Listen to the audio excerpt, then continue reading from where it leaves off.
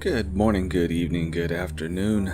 We're back with the Ulgansah witches. Before we get started, I just had a brief little update. Been busy on several projects. This is fun. So, I'm going to try and keep up the pace. Also, those of you who like collectors, the first edition, now that we're calling it, of the book Evolution will only be available for a short time longer if things work out. It will be second edition released possibly next year. So if you like those first editions, you might want to check it out and go ahead and grab that. Let's go ahead and get started. We're on chapter 7. This one's called Cyradin. Here we go.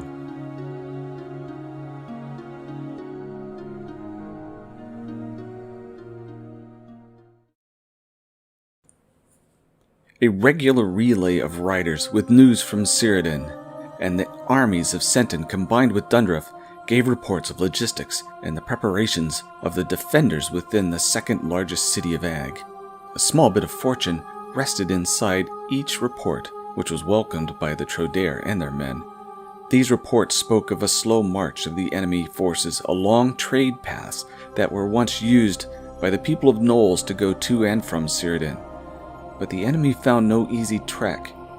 As an act of defiance and willful rebellion against the invading armies, Knowles, as one of his last commands, gave orders to destroy the roads and bridges to Cyradin. This made the travel westward tedious, fraught with hardships, and excruciatingly slow for the Cyradin army. It also gave one of the most valuable commodities of war to Ag. They had time to prepare. Kai arrived in Cyradin 2 full days ahead of Cyradin forces and immediately started their fortifications. Each of the Trodaire cousins set about making the walls more secure. Cyradin had a wall of 10 feet high and 4 feet thick around all but the northeast and western gates. Those gates had nearly all of the pikemen and swordsmen stationed there. The steel doors were expected to hold, but preparations were set in case the enemy had ways of penetrating the entry. On the walls were stationed the bowmen. Cyradin itself had an additional 600 bows as well as several catapults that made coverage of the half-mile-long walls better protected. On the northeastern wall was supposed to be Giffey and his 453, but with some surprise to Kai, Giffey had taken his men outside the walls. There were reports of seeing his men heading northwest and into the forest along the road that had once led towards Knowles and Cyradin. Kai realized that it would be pointless to send out a runner to order Giffey back to the walls. He knew that once his nephew had thoughts in his mind, there was little that could be done or said to sway his intentions. The hope of Kai, upon learning of this move into the oncoming forces of Cyradin, was that Giffey wouldn't get himself or his men slaughtered. Giffey had a sense of wild brilliance and a particularly keen take on battle. He had a plan that was unheard of in warfare, and was dead set upon bringing his idea to the field of battle, or in this case, the forest. The 400 regulars, as he called them, waited while 5 of Giffey's quickest men set out to spy on the approaching armies of Cyradin. While these men rushed with great speed to discover what they could, there were others sent silently into the surrounding forests. These men had to be stealthy and knowledgeable about the habits of Kragan. Their job was twofold. They were to capture or kill any of the spies of Cyradin, and to approximate the numbers of Kragan that lived in the region. 6 spies were found and killed in total. This was good news, since most forces only sent out 3, and was somewhat assuring that they had got all of the advanced eyes of the Cyradin army. There was another astonishing bit of information discovered. These forests had nearly 100 Kragan. Packs of these massive, poisonous, and intelligent dog-like predators were never known to exceed 30. Here in this forest, there were at least 3 competing packs. This was a great blessing in disguise. In the late evening, Giffey's spies returned with news. The oncoming forces were marching in formation of nearly 20 across and 200 yards deep. Now Giffey had what he needed to enact his plan. Late through the night, he and hunting parties killed a handful of deer, then spread their blood and bits of carcass just to the sides of the oncoming path of the invaders. The men did so quickly. Also, other of his men had gathered as much of the dried and dead wood as they could find.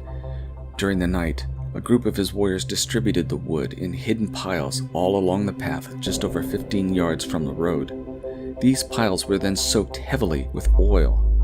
The rest of the soldiers did their best to sleep through the night. They all knew that tomorrow their trap would be sprung. The following day, Giffey and his brigade heard shouts and screams coming from the trails towards the northeast. The armies of Cyradin had marched into the first trap. During the night, Cyradin had come to investigate the scent of deer carcasses and blood. This left the invaders dangerously close to the ferocious hunting beast. Nearly 80 of the Cyradin found the camp of the humans too easy of a target, and killed or drug off nearly 200 before midday. What was left was an army with little sleep, wounded and slower, having to deal with the dead and injured. The following morning, Giffey had his 400 find hiding places between the exit of the forest and the open plains that led to Cyradin. He and his 53 had other plans.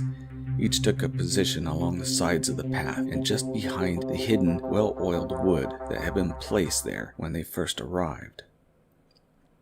Then they waited for Giffey's signal. As noon approached, so did the army of Cyradin. When nearly all of the forces of the invaders had reached the trap, Giffey let out a whistle to alert his men. They used flint to set fire to the dried wood barricades, then moved away 5 yards. Within seconds, almost the entire army of the north was surrounded by flames. Many of the invaders were caught on fire and rushed into the center of the formation in a panic to avoid the fiery death trap. The heat was intense, causing added confusion. In an effort to save their men, the captains near the front of the march ordered the army to rush forward along the path and out of the forest ahead. As they ran, Giffey and his 53 dropped hundreds of the invaders with arrows in volley after volley from the hidden locations on the outside of the trap. Some men were caught running back along the path towards their home.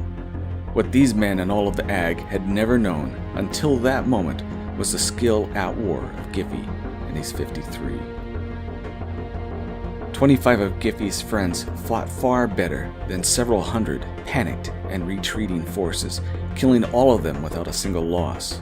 At the front of the invading army, as they rushed forward to free themselves from the burning forest, the 400 of Ag were ready to receive the panicked and exhausted army of Cyradin. From the walls of Cyradin, Kay heard the battle and saw the smoke coming from the woods.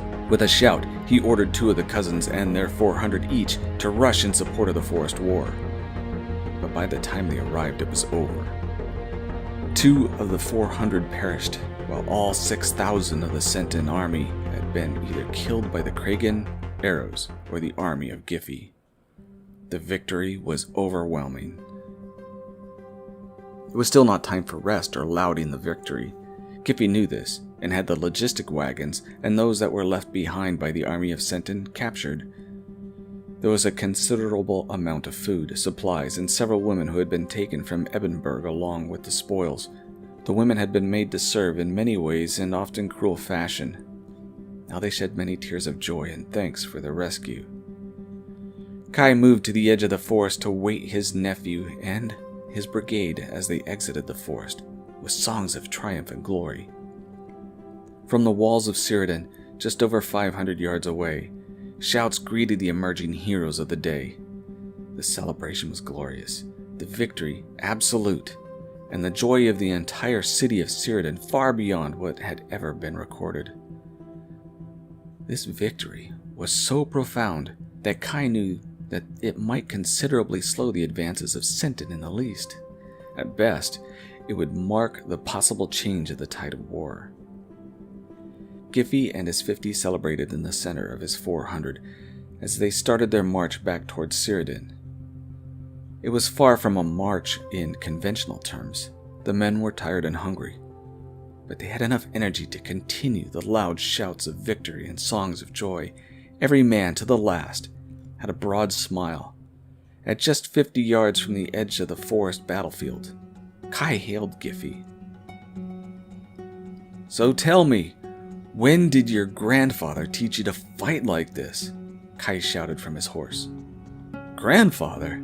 No, Uncle. My friend Winston and his father taught me. They taught all 54 of us. And you thought my friends and I just ran amok every opportunity. No, sir, we learned to fight. As he concluded, his arms went skyward with a shout. His men all joined in. Winston? That's a Kelly name, is it not?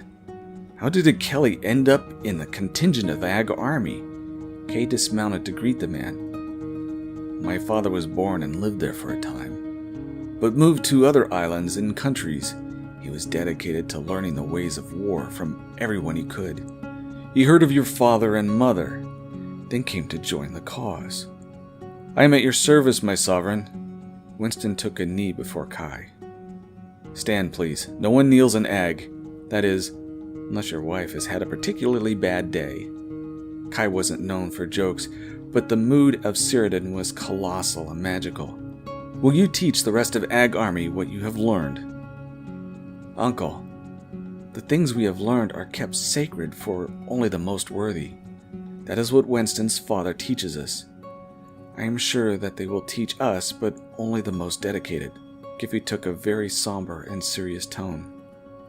Makes me wonder how it is that you were considered for his training, Kai replied. With a shout and another raised hand, Me too, Uncle.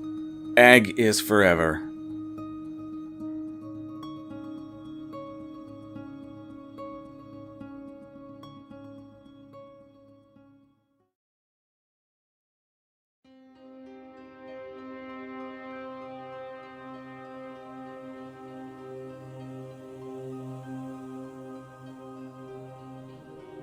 End of chapter 7.